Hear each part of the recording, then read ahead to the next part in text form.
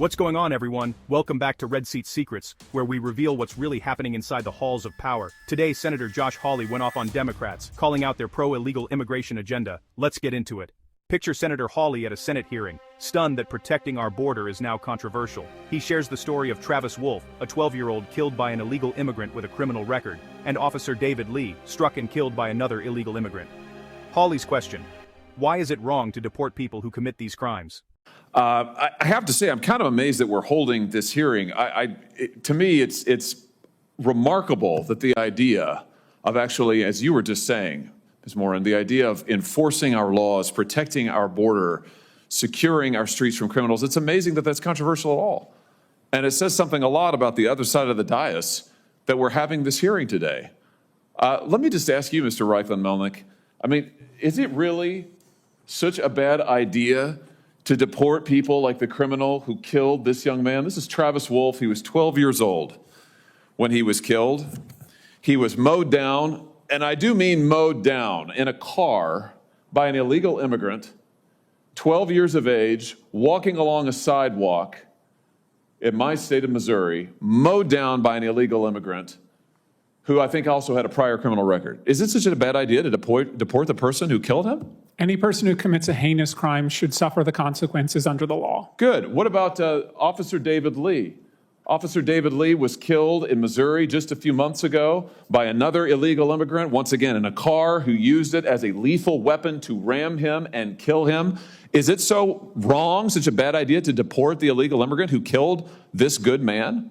Again, any person who commits an awful act should face the full force of the law. We've had multiple stabbings in the state of Missouri at laundromats in O'Fallon, Missouri, where innocent civilians were going to do their laundry of an evening and were attacked with knives, slashed, bled. This is where things took a turn. Hawley pressed policy expert Mr. Melnick, asking if deporting violent offenders was really a bad idea. Melnick agreed criminals should face consequences, but said they're a small minority. Hawley listed examples: officers assaulted in Kansas City, civilians stabbed in Missouri. He demanded accountability, not excuses.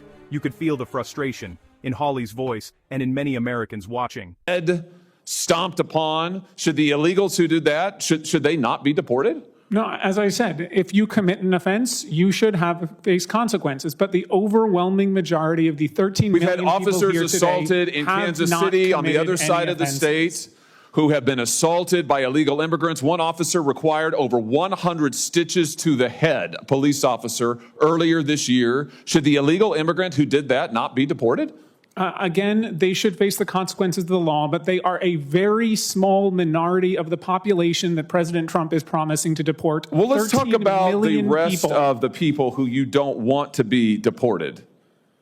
You said in an article that you wrote recently, new report shows devastating costs of mass deportation. You wrote this in October. Do you remember this piece? Yes, that is a summary of our report that we published in October. In this piece, and it's also in your written testimony, you talk about how much the economy will lose if the United States actually enforces our immigration laws and deports folks who are here illegally. And I want to quote you now. You say some industries would be particularly hard hit, including construction, agriculture, and hospitality, which combined would lose more than 2.5 million workers.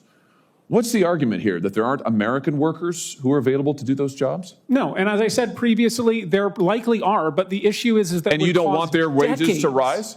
I think that we want to pass a path to citizenship so we can have a level and fair playing field for every American. Why would you want American citizens and those who are here lawfully to have to compete against illegal immigrants who, by the way, are often paid not minimum wage, who are not given the federally mandated benefits precisely because they're here illegally? Why would you want to drive down the wages of millions? Melnick argued that mass deportation would hurt the economy, claiming industries like construction and hospitality would lose millions of workers. But Hawley asked, aren't there American workers who can do those jobs? He pointed out illegal labor drives wages down, making it hard for Americans to afford these jobs. If you agree, click subscribe and join us at Red Seat Secrets.